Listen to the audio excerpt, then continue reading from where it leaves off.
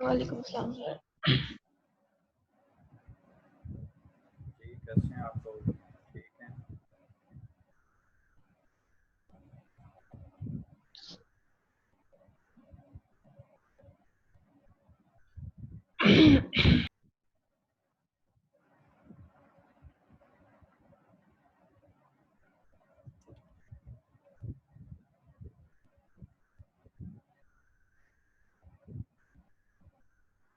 कि ना आपको आवाज़ आ रही मेरी? जी सर ठीक है, आप सुनाए। जी आपका गला ख़राब है? जी सर। आजकल गले का बहुत ख्याल करें आप लोग।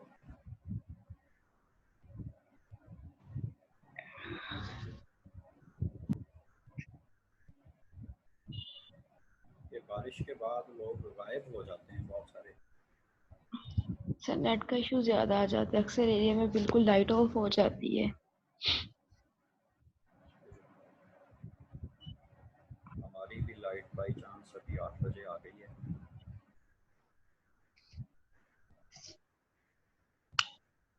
मामलात तो ऐसे ही चलते हैं।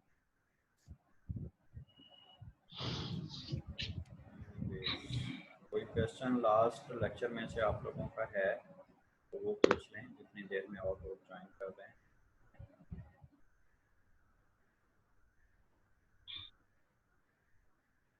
हमने वैलिडिटी की सारी टाइप्स कर ली थी। आज हमने क्रॉस वैलिडिटी और फैक्टर्स जस्ट डिस्कस करने हैं। तो उससे पहले जितनी टाइप्स हैं वैलिडिटी का कॉन्सेप्ट, इवन रिलायबिलिटी में से भी अगर कोई क्वेश्चन है आप लोगों का तो आप लोग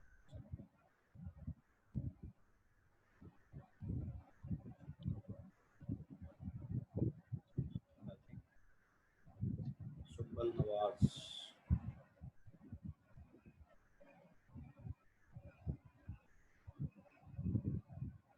सुब्बल आपको आवाज़ आ रही मेरी?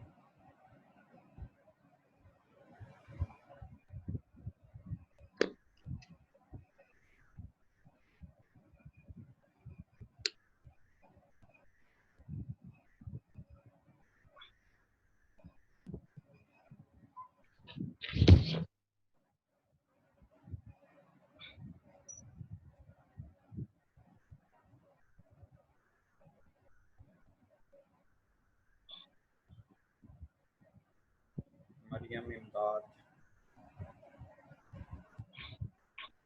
अस्सलाम वालेकुम सर।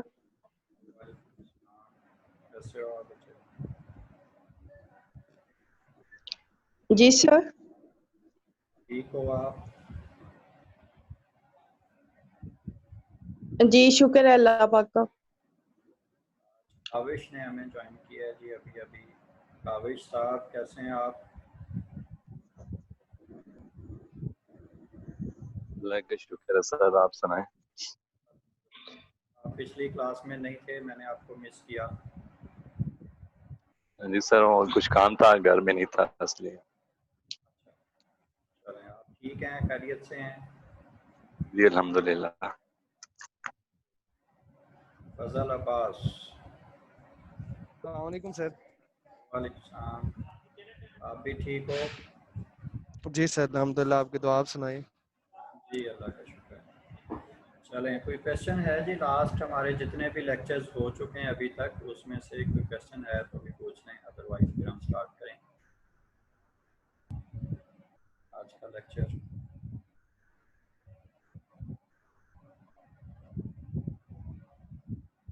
कोई क्वेश्चन नहीं।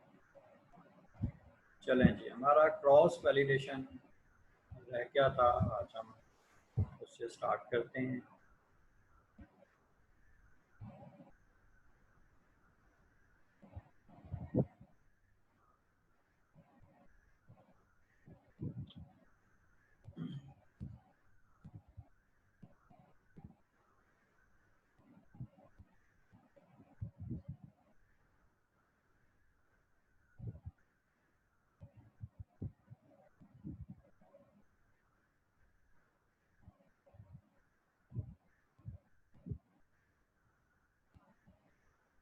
जी क्रॉस वैलिडेशन। क्रॉस वैलिडेशन का वर्ड क्रॉस का वर्ड सुन के आपके जहन में क्या आता है? What it could be? Cross validation.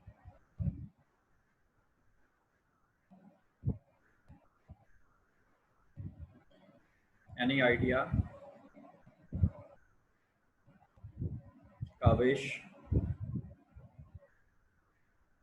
Ji sir, अगर एक से ज्यादा चीजों के दरमियान कोई मुकाबला या कंपैरिजन होगा तो क्रॉस होगा। वेरी गुड, शाबाश। अगर हम एक सैंपल कलेक्ट करते हैं, डाटा कलेक्ट करते हैं एक सैंपल से, और उससे हम फैक्टर एनालिसिस करते हैं, जो कि हमारा मेजर प्रोसेस होता है हमारी टेस्ट कंस्ट्रक्शन का, और उसके बगैर हम उसको कंप्लीट ही नहीं करते, तो वो जाहिर है आपने जो सैंपल लिया, जैसे हमने डिस्कस किया था कि आप अगर आपके को सपोज 100 आइटम्स हैं टेस्ट की, तो हम ये कोशिश करते हैं कि 5 टाइम्स या उससे ज़्यादा डाटा जो है वो हम कलेक्ट करें। आइडियली 7 टाइम्स ज़्यादा डाटा कलेक्ट किया जाता है आइटम्स के कंपैरिजन में, उसकी प्रोपोर्शन में। तो अगर 100 आइटम्स हैं तो 7 टाइम्स डाटा जो है वो 700 का होगा। 700 पर्सन्स पे, पार्टिसिपेंट्स पे हम वो टेस्ट एडमिनिस्टर करके उसका फैक्टर एनालिसिस करते हैं। अब वो फैक्टर एनालिसिस इटसेल्फ एक फैक्टोरियल वैलिडिटी आपको दे रहा है। हम रिलायबिलिटी की भी एक टाइप आपको पता है, स्प्लिट हाफ रिलायबिलिटी, उसी डाटा पे कर लेते हैं। तो वो जो हमारा मेजर डाटा होता है उस स्केल कंस्ट्रक्शन में या स्केल डेवलपमेंट में, उस पे हम बहुत सारे प्रोसीजर्स जो हैं वो कर रहे होते हैं। हम क्राउनबैक अल्फा भी उसी डाटा पे जो है वो निकाल रहे होते हैं, और उसी से आपको पता है कि इंटर फैक्टर, फैक्टर टोटल और आइटम टोटल कोरिलेशंस जो हैं उससे निकल रहे होते हैं, जो कि हमारी वैलिडिटी का हिस्सा है। क्राउनबैक अल्फा जो है उसको हम रिलायबिलिटी में कंसीडर करते हैं। तो ये सारे प्रोसीजर्स जो हम रिलायबिलिटी और वैलिडिटी के कुछ प्रोसीजर्स उस पूरे डाटा पे कर रहे होते हैं, तो कहा यह जाता है कि उस डाटा से हटके भी आप कोई काम करके देखें। अगर आपने रिलायबिलिटी वैलिडिटी के कुछ प्रोसीजर्स उस मेन डाटा पे कर लिए हैं, तो क्रॉस वैलिडेट भी करके देखें। जो मेन डाटा है, बाज़ औक़ात जब आप दूसरे डाटा पे, दूसरे सैंपल पे उस टेस्ट को एडमिनिस्टर करते हैं तो रिजल्ट्स वेरी करते हैं। अगर वो वेरिएशन ना आए दूसरे सैंपल पे करके भी, तो हम 100% तक जो है वो ऑथेंटिसिटी का दावा कर सकते हैं। उसमें आपकी अजम्पशन हो सकती है कि अब इसमें एरर्स नहीं रह गए, अब चांस एरर्स मिनिमम रह गए हैं। बिल्कुल 100% तो जाहिर है नहीं होगा, कभी भी हम सोशल साइंस में डील कर रहे हैं, हम ह्यूमन बीइंग्स के साथ डील कर रहे हैं। तो आप एक और सैंपल लेके उस पर वैलिडिटी इस्टेब्लिश करते हैं, अब चेक करते हैं कि अभी भी आपके स्कोर्स उसी तरह से हैं या उससे मुख्तलिफ हैं। वैलिडिटी का प्रोसेस जो प्रोसीजर है, हम बाज़ हर 5-10 साल बाद भी कर रहे होते हैं कि टेस्ट स्टिल वैलिड है या नहीं, स्टिल रिलायबल है या नहीं। तो वो भी जो है वो क्रॉस वैलिडेशन हो सकती है, वो री वैलिडेशन हो सकती है। लेकिन जब हमने न्यूली डेवलप किया है टेस्ट को, तो उसकी वैलिडिटी इस्टेब्लिश करने के बाद एक नए सैंपल पे अगेन, और वो नया सैंपल भी रिप्रेजेंटेटिव सैंपल होना चाहिए, उस पर हम उसको जो है वो एडमिनिस्टर करते हैं। उसकी एक वजह ये भी है कि जिस सैंपल पे आप काम कर रहे होते हैं, आपने उसमें कुछ आउटलायर्स, कुछ उसमें प्रॉब्लमेटिक आइटम्स को भी आपने इरेडिकेट किया, उनको आपने डिस्कार्ड किया होता है। कुछ डाटा जो आपके पास आया उस सैंपल में से भी आपने समटाइम्स, जो लोग सीरियसली नहीं कर रहे, उसको डिस्कार्ड किया, उसकी बहुत काट छांट हुई होती है। तो उसकी जो अपर लोअर लिमिट्स होती हैं, जो हाई अचीवर्स होते हैं उस टेस्ट में, या जो बिल्कुल लो अचीवर्स होते हैं, वो ऑलमोस्ट बैलेंस में होते हैं। उसमें वैलिडिटी ज़्यादा आने के चांसेस ऑलरेडी मौजूद होते हैं। वो जो ऑलरेडी मौजूद चांसेस हैं, उसकी बेस पे जो वैलिडिटी कोएफिशिएंट हमें मिल रहा होता है, समटाइम्स ये कहा जाता है कि वो सुपीरियस होगा, वो बिल्कुल सही नहीं होगा, वो थोड़ा सा एग्जैजरेटेड होगा। तो इसलिए वैलिडिटी एक अलग से सैंपल लेके भी उस पर दोबारा से देखी जाए कि इन लोगों पे भी क्या बाकी उसी तरह से ये टेस्ट वैलिड है, उसी तरह से ये स्कोर्स दे रहा है, उसी तरह से इसकी स्कोरिंग इंटरप्रिटेशन के बाद हम इन्फ्रेंसेस ड्रॉ कर सकते हैं या नहीं कर सकते। आप यहाँ पे देखेंगे एनी 14 पेज पे आपको जो फर्स्ट पैराग्राफ नजर आता है, any validity coefficient computed on the same sample that was used for item selection purposes will invite random sampling errors within that particular sample and will consequently a spuriously high. In fact, high validity coefficient could result under such circumstances even when the test has low validity. जब असल में उसकी validity लो भी हो तब भी वो इन circumstances में समटाइम्स आपको हाई वैलिडिटी कोएफिशिएंट दे सकता है। हर दफ़ा ये पॉसिबल नहीं होता, लेकिन चांसेस मौजूद होते हैं जिसकी वजह से हम ये करते हैं, वो ताकि हमारी प्रेडिक्शन उसकी बेसिस पे सही हो सके। यहाँ पे एक एग्जांपल भी जो है वो दी गई है, आप इसको डिटेल में बाद में पढ़ सकते हैं कि वो किस तरह से पार्टिसिपेंट्स पे 30 पार्टिसिपेंट्स पे ये जो है वो काम किया गया और उनमें कैसे कैसे वेरिएशंस उन्होंने फिर देखी और ये पता चला कि वैलिडिटी कैसे कोलैप्स कर जाती है। एक और एग्जांपल यहाँ पे रुशाक इंक प्लॉट टेस्ट की दी गई है कि जो ओरिजिनली जिन लोगों पे ये टेस्ट डेवलप किया गया था, जिन पे इसकी वैलिडिटी स्टार्ट में इस्टेब्लिश की गई थी, उस ग्रुप के उन्होंने जो है वो ग्रुपिंग की, उनमें 2 ग्रुप्स उन्होंने बनाए जो कुछ रिस्पॉन्सेज दे रहे थे। 32 रिस्पॉन्सेज की बेस पे उन्होंने जो है वो काम किया। 16 रिस्पॉन्सेज ईच उन्होंने फिर डिवाइड किया 2 ग्रुप्स को, और उसकी रेंज जो है उन्होंने प्रैक्टिकली जाहिर है वो यही बननी थी कि -16 to +16, क्योंकि उन्होंने जो वो रिस्पॉन्स दे रहे थे उसको 1 स्कोर कर रहे थे और जो नहीं दे रहे थे उसको 0 स्कोर कर रहे थे। और जो फिर लोअर आपकी जो बॉटम का एक ग्रुप था, जो बिल्कुल लोअर अचीवर्स जिसको कह सकते हैं दूसरी टर्म्स में, तो उनको उन्होंने माइनस में स्कोर दिया, तो वो -16 तक जा सकता था। तो वो सेकंड टाइम जब उन्होंने इसी तरह से और सैंपल पे ये काम किया तो उसके रिजल्ट्स वेरी किए, लोगों ने उसको उस तरह से परसीव नहीं किया, उनके रिस्पॉन्सेज जो हैं वो डिफरेंट अंदाज से आए। तो जो ओरिजिनली 80 लोगों पे वो किया गया था, उनमें से 79 जो हैं वो अपर और लोअर ग्रुप्स में बिल्कुल सही क्लासीफाई हो रहे थे। सेकंड ग्रुप में ऐसा नहीं हो रहा था। जो बेसिकली ओरिजिनल ग्रुप था उसकी वैलिडिटी ऑलमोस्ट 1 के करीब करीब आ रही थी, सेकंड ग्रुप पे वो वेरी कर रही थी, इतनी वैलिडिटी नहीं आ रही थी। तो ये जो है क्लासिकल एग्जांपल जो आपको जो है वो टेस्ट में हमेशा मिलती है कि ये बाज़ औक़ात तो ये कह दिया जाता है कि जी चूँकि प्रोजेक्टिव टेस्ट है तो उसमें स्कोर्स वेरी कर जाते हैं, प्रोजेक्टिव की वैलिडिटी इतनी ज़्यादा नहीं थी, तो ऐसी बात नहीं है। तो ऑब्जेक्टिव टेस्ट में भी इस तरह से हो सकता है। ये मामला सिर्फ ये है कि जो ओरिजिनल आपका सैंपल होता है उससे हट के आप जो है वो काम करें तो आपको एक्यूरेट पिक्चर जो है वो उसकी सही मिलती है, वो स्पूरियस रिजल्ट्स आपके पास नहीं आते। चांस डाटा में अगर आप देखें, यहाँ पे एक क्लासिक स्टडी, ये डिटेल स्टडी इसमें हमने शामिल नहीं की, ये आप नेट पे सर्च कर सकते हैं।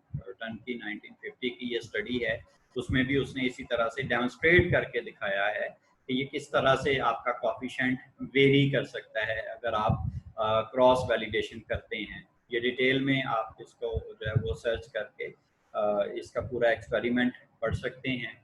तो आप जब भी दूसरा सैंपल लेते हैं उस पर आपके सेम स्कोर्स आने के चांसेस कम होते हैं। तो अगर वो उसके सेम स्कोर दूसरे सैंपल पे भी आते हैं और क्रॉस वैलिडेशन आपकी इस्टेब्लिश हो जाती है तो उस टेस्ट पे फिर कोई ऑब्जेक्शन नहीं रह जाता। ये प्रोसेस इतना ज़रूरी भी नहीं होता, कुछ आपको टेस्ट मिलेंगे, आप सर्च करें अगर, तो सारे टेस्ट की क्रॉस वैलिडेशन बाज़ नहीं हुई होगी, लेकिन उस पर ऑब्जेक्शन फिर हो सकता है कि जी इसको क्रॉस वैलिडेट करें। अगर आप नहीं भी करते तो वो टेस्ट काबिल इस्तेमाल हो जाता है विदाउट क्रॉस वैलिडेशन, लेकिन उसकी एफिकेसी बढ़ाने के लिए क्रॉस वैलिडेशन का प्रोसेस हम करते हैं। अब इसमें श्रिंकेज जो है वो किस तरह से, वैलिडिटी कम किस तरह से हो सकती है, ये एक दो पैराग्राफ्स आपको यहाँ पे नज़र आएंगे, उसकी एक एग्जांपल जो है वो दी गई है। उसके बाद हम फिर जो है वो फैक्टर्स वो डिस्कस करेंगे, 5 फैक्टर्स कौन से हैं जो कि आपकी वैलिडिटी को अफेक्ट करते हैं। ये कंडीशंस अफेक्टिंग वैलिडिटी श्रिंकेज एक दफ़ा कोई एक आप में से रीड आउट कर दे। काबिश आप रीड करोगे?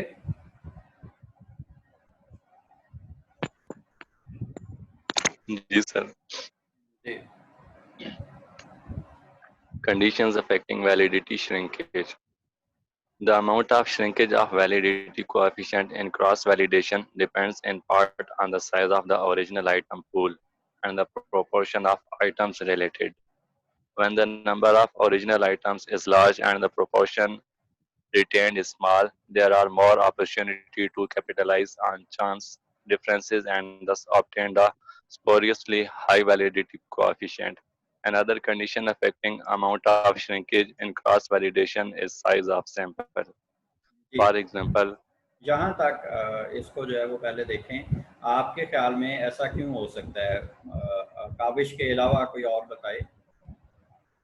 ये चीज़ें हम ये इस तरह से बार-बार डिस्कस करते आए हैं. ये ऐसे क्यों हो सकता है कि उसकी वैलिडिटी बहुत ज़्यादा आ जाए, अगर वो ओरिजिनल डाटा बहुत ज़्यादा था और फिर आपने उसको जो है वो ओरिजिनल आइटम पूल आपका बहुत ज़्यादा था और फिर आपने उसको छोटा कर दिया, बहुत कम रह गई अल्टीमेटली आइटम्स आपकी. अलीना, आप वीडियो ऑफ कर दें.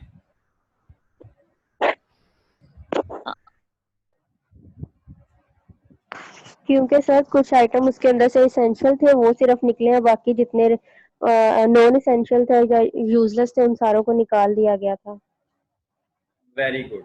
आपने जब टेस्ट डेवलप किया, आपने जब आइटम पूल जनरेट किया, तो वो आइटम पूल आपके पास 150 आइटम्स का था, 150 आइटम्स. आपने उसमें से जो कुछ ऐसी इररेलेवेंट आइटम्स आपको लगी, आपने वो निकाल दी. जो आपको उसमें से रिपीटेड आइटम्स लगी, आपने वो निकाल दी. एम्बिगुअस लगी, वो निकाल दी. आपने 120 का सैंपल जो है वो रिटेन किया अपनी ऑब्जर्वेशन की बेस पे. अब आपने उसकी एक्सपर्ट वैलिडेशन करवाई. एक्सपर्ट वैलिडेशन में फिर आपकी आइटम्स जो हैं वो निकल गई. एक्सपर्ट वैलिडेशन के बाद आपने जो है वो फैक्टर एनालिसिस के लिए डाटा कलेक्ट किया. अब आपकी वो जो एक्सपर्ट वैलिडेशन के बाद सपोज 90 आइटम्स रह गई थी, अब आपने उसका फैक्टर एनालिसिस किया और आपने देखा कि वो फैक्टर स्ट्रक्चर बहुत क्लियर नहीं आ रहा. तो अब आप वो जो एक्सपर्ट वैलिडेशन तक काम कर चुके हुए हैं, फिर आपने जब स्टैटिस्टिकली उसको एनालाइज किया, आपका फैक्टर स्ट्रक्चर सही नहीं आ रहा था, उसमें डूबियस आइटम्स ज़्यादा आ रही थी या कुछ ऐसी आइटम्स थी जिनकी फैक्टर लोडिंग जो है वो बहुत कम थी, वो 0.3 से बहुत कम थी, 0.2 थी, 0.1 समथिंग थी, या को आउटलायर्स थे जो ऐसी आइटम्स जिनका स्कोर बहुत ज़्यादा बाकियों से वेरी कर रहा था, बिल्कुल ही कोरिलेट नहीं कर रही थी दूसरों के साथ, दूसरे आइटम्स या फैक्टर्स के साथ या टोटल स्कोर्स के साथ. तो आपने इन सब को स्टैटिस्टिकली चेक करने के बाद निकाल दिया, डिस्कार्ड कर दिया. अब जो आपके पास आइटम्स बचेंगी वो आइटम्स आपको पहले से बेहतर रिजल्ट देंगी, क्योंकि उसमें से आपने प्रॉब्लमेटिक आइटम्स को निकाल दिया हुआ है. सपोज वो 90 में से अब आपके पास 60 रह गई हैं. अब 60 में से मजीद आप ये कहें कि जी हम फैक्टर लोडिंग 0.3 का क्राइटेरिया जो कि स्टैंडर्ड है कि जी 0.3 से ज़्यादा उसकी रिलेशनशिप बाकी टेस्ट के साथ आए, बाकी आइटम्स के साथ उसकी फैक्टर लोडिंग आए, तो वो हम 0.3 की बजाय 0.4 का क्राइटेरिया रखते हैं. आप फैक्टर एनालिसिस में ये कमांड कर देते हैं कि जी 0.4 से ज़्यादा वाली आइटम सिर्फ शो करवाए, बाकी वो शो ही ना करवाए. वो आपने वो भी निकाल दी, या आपने 0.5 का क्राइटेरिया रख लिया. तो जैसे जैसे आप डाटा आप उसका जो आइटम्स हैं वो कम करते जाते हैं, वो जाहिर है आप रैंडमली तो कम नहीं कर रहे हैं ना, आप बाकायदा उसके प्लानिंग के साथ जो जो आइटम्स प्रॉब्लमेटिक हैं उनको आप कम करते जा रहे हैं. तो अब आपकी वो फैक्टोरियल वैलिडिटी वहाँ पे भी इस्टेब्लिश हो रही थी. आपकी जो एक्सपर्ट वैलिडेशन थी वो भी आपके पास डाटा मौजूद था. अब ये अल्टीमेटली सारा एंड पे आके जो आपकी 150 आइटम्स थी उसमें से 40 आइटम्स आपकी मौजूद रह गई हैं. अब ये वो 40 आइटम्स होंगी जिनमें एरर के चांसेस ना होने के बराबर होंगे, प्रॉब्लम के चांसेस ना होने के बराबर होंगे. अब आपकी इसकी जो वैलिडेशन है, आप क्रॉस वैलिडेट करेंगे इन आइटम्स को, बहुत हाई आ जाएगी. आपको जो है वो 0.1 के करीब करीब इसका कोएफिशिएंट मिल सकता है. तो ये आप जैसे जैसे आइटम्स को कम करते जाते हैं वो रिफाइन होती चली जाती है, इसलिए उसमें उसके चांसेस जो हैं वो बढ़ते चले जाते हैं. जी, एग्जांपल एक दी गई है, बड़ी सिंपल सी एग्जांपल पढ़ दें Kaavish. For example, If items are chosen on the basis of previously formulated hypotheses derived from psychological theory is from past experience with the criterion, validity shrinkage and cross-validation will be minimized. For example, if a particular hypothesis required that the answer yes be more frequent among successful students, then the item would not be retained if a significantly larger number of yes answers were given by the unsuccessful students. तो आप अगर आपके पास theory जो आपने test बनाया है, develop किया है, वो ऑलरेडी एक एस्टेब्लिश थ्योरी पे बेस कर रहा है। हम टेस्ट कंस्ट्रक्शन जब पढ़ेंगे तो उसमें आपको दो तरीके मैं बताऊंगा कि हम इंडक्टिव अप्रोच और डिडक्टिव अप्रोच दो तरह से टेस्ट डेवलप करते हैं।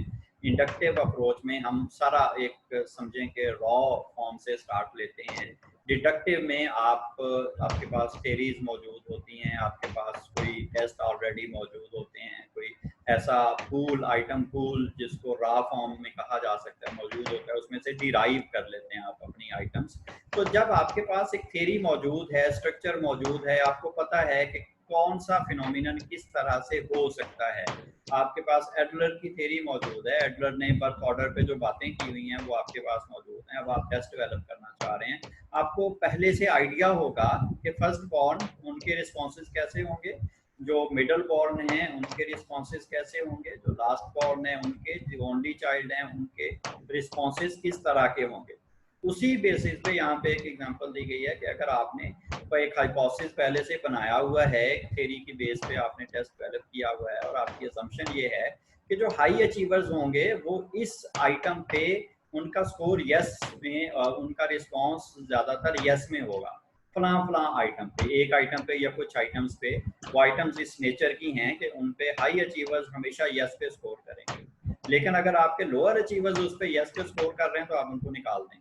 क्यों निकाल देंगे? क्योंकि वो आपकी अजम्पशन हाइपोथेसिस के खिलाफ जा रहा है। इसका मतलब उस आइटम में कोई प्रॉब्लम है, वो आइटम सही टैप नहीं कर रही चीज़ों को, उसमें हमारी वर्डिंग में कोई इशू है। जैसे हमने ये कहा था कि आप जब अपनी आइटम्स प्रेजेंट करते हैं कंटेंट वैलिडिटी या एक्सपर्ट वैलिडेशन को डिस्कस करते हुए, कि आपके लिए ये इम्पोर्टेंट होता है कि आपके पार्टिसिपेंट्स आपकी स्टेटमेंट्स को किस तरह से समझते हैं, वो उनके लिए क्या मीनिंग रखती है वो स्टेटमेंट, ये बड़ा इंपॉर्टेंट है। फिर वो उसको किस तरह से रिस्पॉन्ड करते हैं और उनके रिस्पॉन्स का क्या मीनिंग होगा, उसको कैसे इंटरप्रेट और स्कोर किया जाएगा। ये बात हमने डिस्कस की थी कि एक्सपर्ट्स क्योंकि जो रेलिवेंट फील्ड में काम कर रहे होते हैं उनको ये पता होता है, इसलिए वो इन चीज़ों को कंसिडर करेंगे।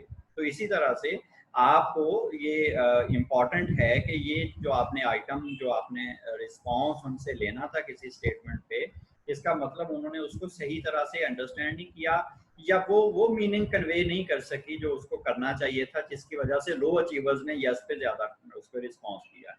तो जब आपको पहले से आइडिया होता है कुछ चीज़ों का, आप बिल्कुल इंडक्टिव अप्रोच पे चूंकि नहीं चल रहे होते, तो इसलिए आपके वो कोएफिशिएंट बेहतर होने के चांसेस और ज़्यादा बढ़ जाते हैं जब आप पहले से उनको रिफाइन करना शुरू कर देते हैं किसी एक बेस पे। वो जाहिर है आपकी अपनी कोई बाइसनेस नहीं होती, आप बाइस होके अपनी ख्वाहिश की वजह से उसको चेंज नहीं कर रहे होते, बल्कि वो आपके पास एक एविडेंस मौजूद होता है, कोई थ्योरी मौजूद होती है, उसकी बेसिस पे आप ये डिसीजन ले रहे हो। उसके बाद है जी फैक्टर्स। कौन कौन से फैक्टर्स हैं जो कि वैलिडिटी कोएफिशिएंट को या प्रोसेस ऑफ वैलिडिटी को अफेक्ट कर सकते हैं। जैसे हमने रिलायबिलिटी के फैक्टर्स पढ़े थे कि अगर आपकी रिलायबिलिटी कम आती है तो फिर आप कंसीडर करते हैं कि कौन कौन से इश्यूज हो सकते हैं जिसकी वजह से वैलिडिटी, रिलायबिलिटी आपकी सही नहीं आ रही, कोएफिशिएंट आपका जो है वो स्ट्रॉन्ग नहीं आ रहा। इसी तरह से वैलिडिटी को भी कुछ फैक्टर्स जो हैं वो अफेक्ट कर रहे होते हैं। आपका जो ग्रुप है, जो सैंपल है जिस पे आप काम कर रहे हैं, उसकी नेचर जो है वो बहुत इंपॉर्टेंट होती है, उनकी एज इंपॉर्टेंट होती है। एज डिफरेंशिएशन आपको पता है, हम कंस्ट्रक्ट वैलिडिटी में स्पेशली वो चेक करते हैं, वो उससे वेरिएशंस आती हैं। कुछ ऐसे टेस्ट आपके पास स्केल्स मौजूद होते हैं जिनको डिफरेंट एज ग्रुप में डिफरेंट स्कोर करते हैं, और कुछ स्केल्स जिनका एज से रिलेटेड कोई ऐसा मैकेनिज्म नहीं है कि एज से इनका स्कोर वेरी करेगा। इवन देन उनमें बहुत सारी चीज़ें डिफरेंट एज के लोग डिफरेंट अंदाज से परसीव करते हैं। हमारे लिए जनरल कॉन्सेप्ट्स जो हैं वो खुशी, गमी का, सेटिस्फेक्शन का, लाइफ सेटिस्फेक्शन का, ये ऐसे कॉन्सेप्ट्स हैं, ये हर एज में वेरी कर रहे होते हैं। एक पर्टिकुलर एज ग्रुप, आप एडोलेसेंट्स में देखें, नॉर्मली एक तरह के रिस्पॉन्सेज आपको मिलेंगे।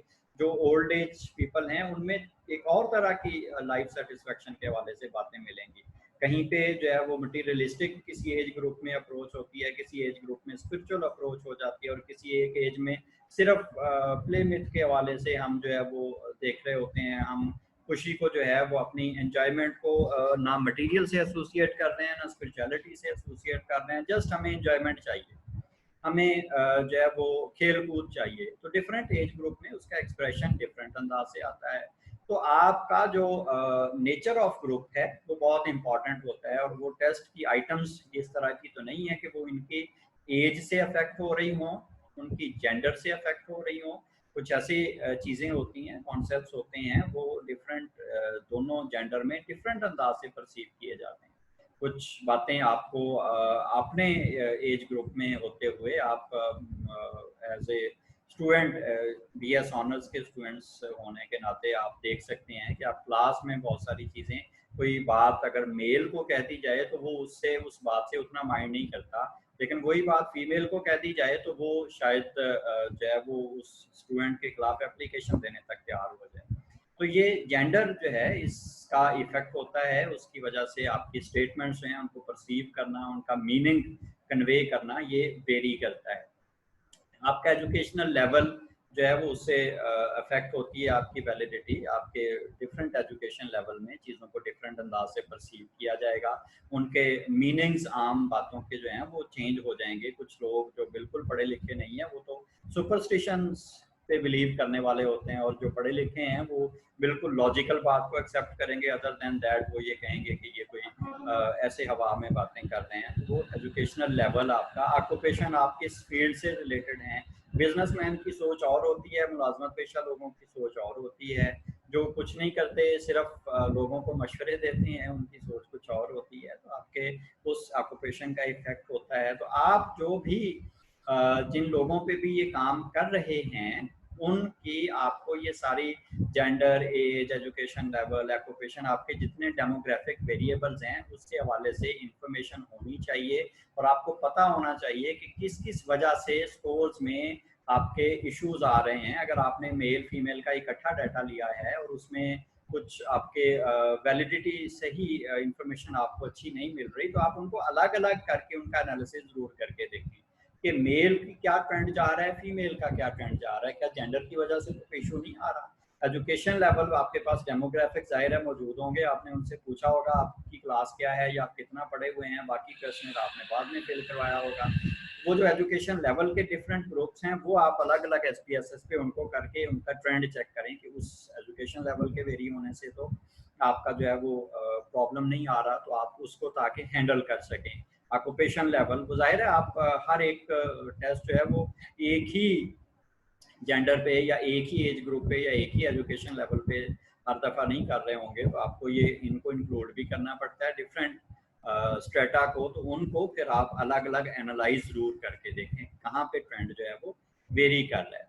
आपका सैंपल जो है वो जितना हेट्रोजेनिटी उसमें होगी सैंपल में, उतने ही आपके वैलिडिटी कम होने के चांसेस होते चले जाएंगे। आप अपने जो इसमें कर सकते हैं वो ये कर सकते हैं कि other things being equal, the wider the range of scores the higher will be the correlation.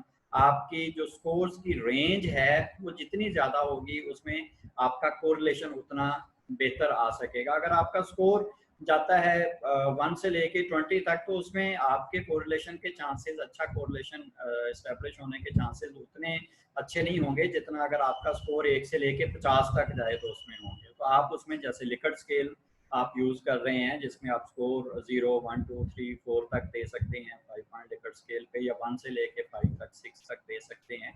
तो उसमें स्कोर्स के अंदर जो है वो वेरिएशन ज़्यादा हो जाती है, और फिर आपके जो सैंपल है अगर वो होमोजीनियस ना भी हो तो इस वजह से आप उसको इस तरह से उसको जो है वो कंट्रोल कर सकते हैं। अदरवाइज फिर आपको कोशिश करनी होती है कि सैंपल होमोजीनियस हो, ऑलमोस्ट एक तरह के फिर लोग रखें। अगर आपके पास रिस्पांस ऑप्शंस अल्टरनेटिव्स कम हैं और स्कोर की रेंज कम है। अगर आपने प्री सिलेक्टेड डाटा लिया है, सैंपल लिया है, या हमने जैसे कंस्ट्रक्ट वैलिडिटी में उसमें सॉरी क्राइटेरियन रिलेटेड वैलिडिटी में आपने डिस्कस किया था, हमने प्रिडिक्टिव वैलिडिटी को एस्टेब्लिश करने का तरीका, तो हमने ये कहा था कि आप वो प्रिडिक्टिव वैलिडिटी फिर किन लोगों पे कर रहे होते हैं, जिनको आपने हायर कर लिया। अब आप अगर उस टेस्ट की एक्चुअली प्रिडिक्टिव वैलिडिटी एस्टेब्लिश करनी थी, तो आपके पास जो 1000-1500 लोग जिन्होंने अप्लाई किया था जॉब के लिए, उन सब पे आप इसको इस्टेब्लिश करते, फिर पता चलता कि इस टेस्ट ने क्या उनके अंदर डिफ्रेंशिएट किया, जिनको आपने जो स्कोर दिया वो उसी काबिल थे। अब जिन लोगों को आपने हायर ही नहीं किया, उनका तो आपके पास रिस्पॉन्स आ ही नहीं सका, और वो एक छोटी तादाद नहीं, बहुत बड़ी तादाद होती है। या जहाँ भी कोई जॉब आती है वहाँ पे एप्लीकेंट होते हैं, वो हज़ारों में होते हैं, और जॉब जो है वो 10, 12, 15, 20 या हंड्रेड्स में, कभी कभार हो सकता है कि हंड्रेड्स में हो, और हंड्रेड्स में जॉब्स अगर हों, सीट्स हों किसी ऑर्गेनाइजेशन में, तो उसमें जो है वो एप्लीकेशन थाउजेंड्स में होती हैं। तो अब आपने 20, 30, 50 लोगों को हायर किया है और 2000 लोगों को आपने जो है वो रिजेक्ट करके घर भेज दिया है, तो 50 लोगों को आपने जो उन पे सैंपल, उनको एज ए सैंपल लिया है, तो वो प्री सिलेक्टेड ग्रुप है, और वो किसी क्राइटेरिया पे आपने सिलेक्ट किया था other than the criterion of test. तो वो जो क्राइटेरिया था वो क्या था, वो आपके टेस्ट से रिलेट करता था कि नहीं करता था, तो जाहिर है उससे फिर आपकी वैलिडिटी, उस टेस्ट की कोएफिशिएंट आपको मिल जाएगा। इवन देन उसकी वैलिडिटी में एरर्स रहने के चांसेस हैं कि जब उसको जनरलाइज करेंगे, उसकी एक्सटर्नल वैलिडिटी वो अफेक्टेड होगी। इंटरनल तो आप कर लेंगे, इंटरनल आपकी स्पूरियसली हाई भी आ जाए, इवन देन एक्सटर्नल वैलिडिटी उसकी लो रहेगी, क्योंकि बहुत सारे लोगों पे आप उसको जनरलाइज नहीं कर सकते जिनको आपने सैंपल में शामिल ही नहीं किया था। आपने तो हाई अचीवर्स या बेस्ट लोगों को जॉब पे रखा था और उन्हीं पे आपने वो टेस्ट किया है। आपका टाइम गैप जो है वो इम्पॉर्टेंट होता है कि आपने वो सैंपल कितनी देर में आपने जो है वो लिया है, और क्रॉस वैलिडेशन स्पेशली अगर करते हैं तो वो कितनी देर के बाद आपने की है।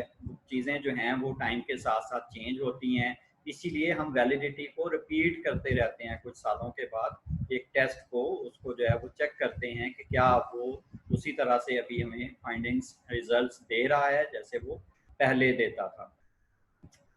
फॉर्म ऑफ रिलेशनशिप आप जो है वो कौन सी उसमें यूज़ कर रहे हैं। हम कोएफिशिएंट जो देखते हैं normally Pearson product movement correlation देख रहे होते हैं, तो वो उसमें हमें जो इंफॉर्मेशन दे रहा है, हम ये अज्यूम यही करते हैं कि वो लीनियर है, वो यूनिफॉर्म है, लेकिन क्या वो वाकई लीनियर है ये देखने की ज़रूरत होती है। उसमें स्टैटिस्टिकल एनालिसिस हम करते हैं, उसमें कर्व्स जो हैं वो उसी तरह से आ रही हैं जैसे हमने अज्यूम किया है, या कोई कहीं पे नॉन लीनियर है। डिफरेंट एनालिसिस ज़रूर करके हमें उसमें चेक करना चाहिए। नॉर्मली बहुत सारे टेस्ट में वो नहीं की जाती, लेकिन अगर वो कर लें तो उससे हमारे जो इश्यूज़ हैं, जिन जिन प्रॉब्लम्स को हम देख रहे होते हैं, या वैलिडिटी सही हमें अच्छी इंफॉर्मेशन नहीं मिल रही होती, उसको हम चेक कर सकते हैं। Different analysis other than the Pearson product movement correlation के, हम उसके डेमोग्राफिक्स का एनालिसिस करके देख लें, हम उसके जो है वो और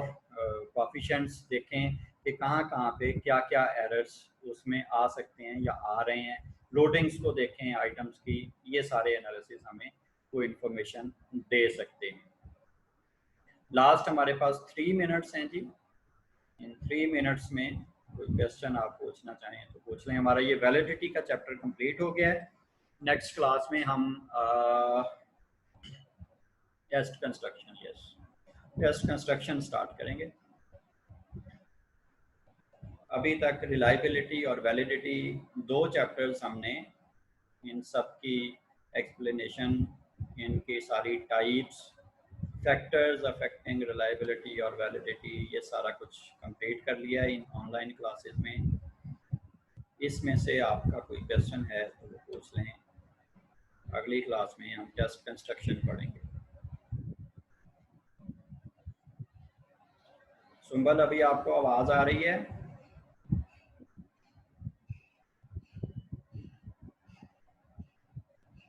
सर मुझे कह रहे हो? सुंबल आप हो? नहीं सर, मैंने फजल समझा, सॉरी। ये सुंबल को मैंने क्लास के स्टार्ट में भी आवाज़ दी, अभी फिर पूरी क्लास के बाद आवाज़ दी। इसको आवाज़ नहीं आ रही तो ये बता भी नहीं रही मुझे आवाज़ नहीं आ रही, मैसेज भी कहीं नहीं किया। फिजा आपको आवाज़ आ रही है?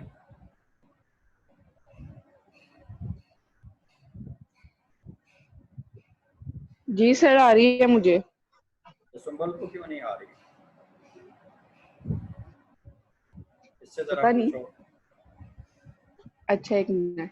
पता करो ये है कहाँ, मोबाइल इसका कहाँ है और ये खुद कहाँ है।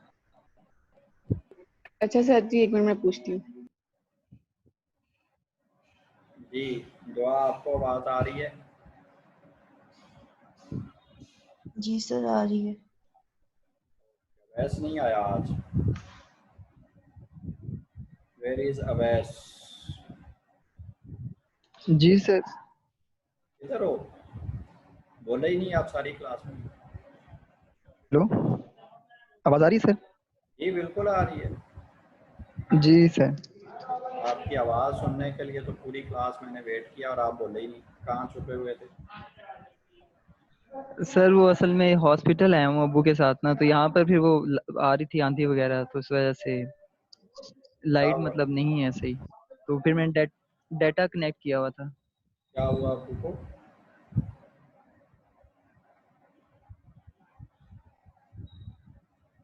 हेलो अवैस, आवाज़ आ रही है?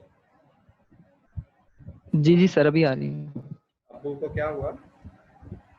सर अब्बू को कुछ नहीं हुआ, वो इधर जॉब करते हैं ना हॉस्पिटल में। अच्छा हॉस्पिटल में जॉब है उनकी। अच्छा, हाँ जी।